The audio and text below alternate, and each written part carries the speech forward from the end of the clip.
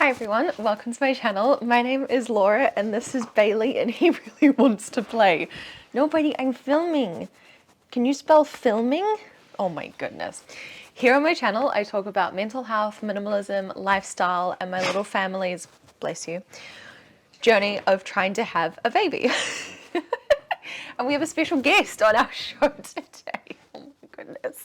Today I wanted to talk about some more frugal related stuff because I've seen a few different kind of frugal hacks popping up here and there, and I have done some videos on frugal hacks that I do use, and so I can link those somewhere around here.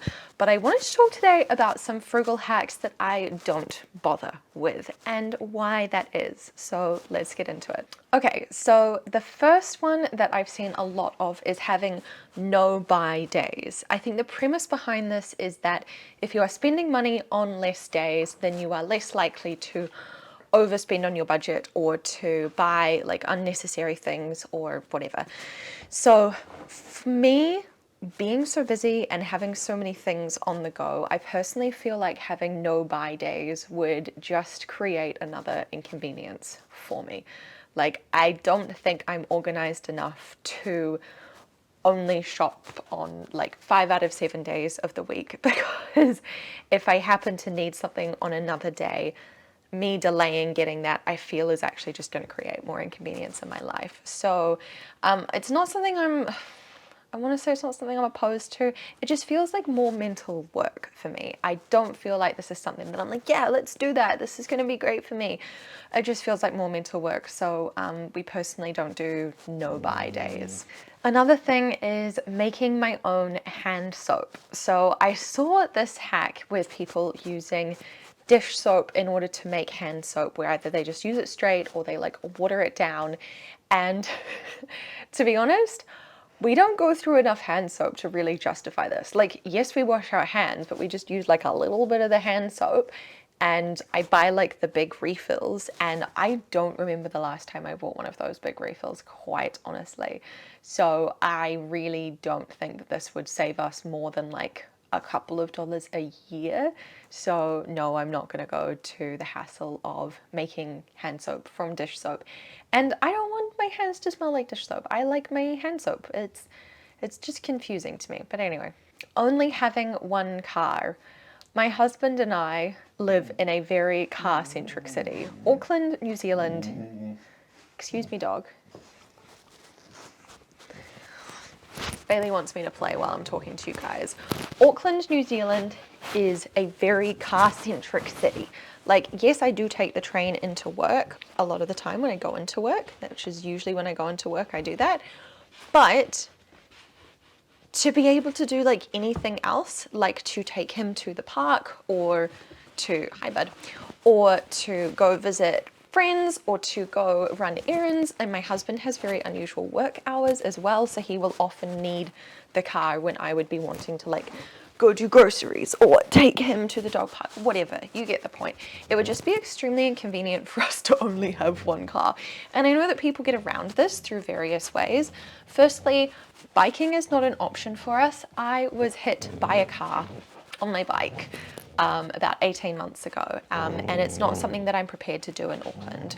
Where we live just does not have good cycle lanes. I'm like talking to you guys and also playing with the dog. It just doesn't have good cycle lanes, and so it's not safe for me to be riding around on my bike to like go to the supermarket or to go to work or whatever. So that is out of the question for me. And then in terms of like coordinating only having one car, I like don't even want to think about how much like calendar coordination and juggling and like waiting and delaying stuff and rescheduling stuff and like probably using Ubers would be required for us to cope with only having one car in Auckland. So that is not a frugal hack that we are going to be taking on board anytime soon. Cutting open almost empty bottles. Now this one I think has been around for a while, and it's basically that when you can't get any more like toothpaste out of the tube, or you can't get any more like sauce out of a bottle, is to cut it open so that then you can like scoop out or like fully squeeze out the cut end all of the product. I think I'm pretty good at getting like all of the toothpaste out of the thing and getting all of the sauce out of the bottle, and a lot of our sauces, it's just you take the lid off and then I can get a spoon in there anyway. So yeah, for the like half a cent worth of product, I'm not going to spend the 5 minutes cutting something open, getting stuff out of it, and then getting it all over my little fingies and then having to wash them and all of that. Sorry, it's not something I'm going to be doing. Only shopping to a list. I do not have a hard and fast rule around this, like I know a lot of people do. Part of that is that I like to get things on special. So if there's something that I know I'm going to be running low on soon and I see it on a really good offer and it's like a big item, so I'm saving like $5 or sometimes $10 per item on that.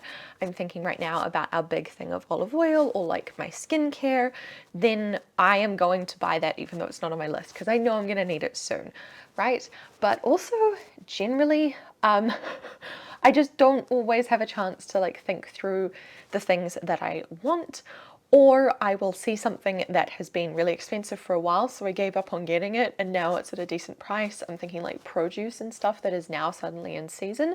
So I really enjoy having the flexibility to not have to just stick to a list. I do still kind of have that principle of like, oh, I didn't think that I wanted like feta cheese or something really tasty like that, or like I don't know, like a different kind of olives or something fun. If it's the fun stuff and I haven't planned it before, I try to avoid it. But just generally, I really like having the flexibility, and it means that we can end up getting better deals and getting more like varied produce. You know, it's like they say there's like 100,000 edible plants out there or something, and we basically only need 100 of them, something crazy like that. So whenever there's something fun in the produce section that's a decent price, yeah, I'm gonna get that too. So yeah. Not using the heating. It is getting cold in New Zealand right now, and it also gets damp.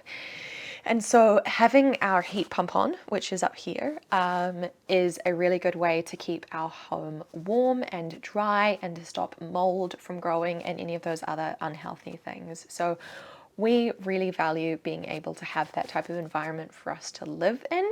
And so I'm not going to scrimp on the heat for that. Also, when I'm working from home, my little toes, my little fingies get really cold, and that's just not fun. So we will have the heat on a lot of the time during the day now when I'm working from home, if it's still cold outside. We do have it on quite like limited heat overnight for the dog when he's in here, because he is a dog. He's fine. I love him, but he is a dog. He'll be okay. So we save heat there, but yeah, we're still using our heater a decent amount. Turning everything off at the wall. I cannot be bothered. Next. Cutting my own hair. I am growing my hair out at the moment from a pixie cut to hopefully like a short bob. And I really feel like I need someone with skills to help me keep looking decent. So I am not that person with skills. I am going to pay someone to be that person, and I have the luxury of being able to pay for a hairdresser, so that is something that I'm going to keep doing. I can see myself in the future trying to teach myself how to cut my hair to maintain it and like shave under here and then cut the stuff on top. But yeah, for right now, I'm definitely going to keep paying for my hairdresser, even though it is expensive. It is worth it for me. And the last thing is having timed showers. My husband and I are both water babies. We love ourselves a nice hot shower, and so we really appreciate and value not having to rush ourselves. Although I'm pretty sure we still only have like 5-minute showers each maximum. It's not as if we're in there for like 20 or 30 minutes, but it's not like a 90-second or a 2 or 3 minute timed shower must be out by that time. So if we really feel like staying in there a little bit longer, we can. So that is my list of 10 frugal hacks that I do not use. Please let me know in the comments down below, either if you really do like these hacks and why you find they bring value into your life, or if you have any other frugal hacks that people seem really keen on that just do not vibe with you. I'd love to hear about those too. And if you like this frugal content and would maybe like to see more about this and minimalism and mental health and just general fun stuff and hanging out with Bailey dog, then please subscribe, and I will see you guys next time. Bye!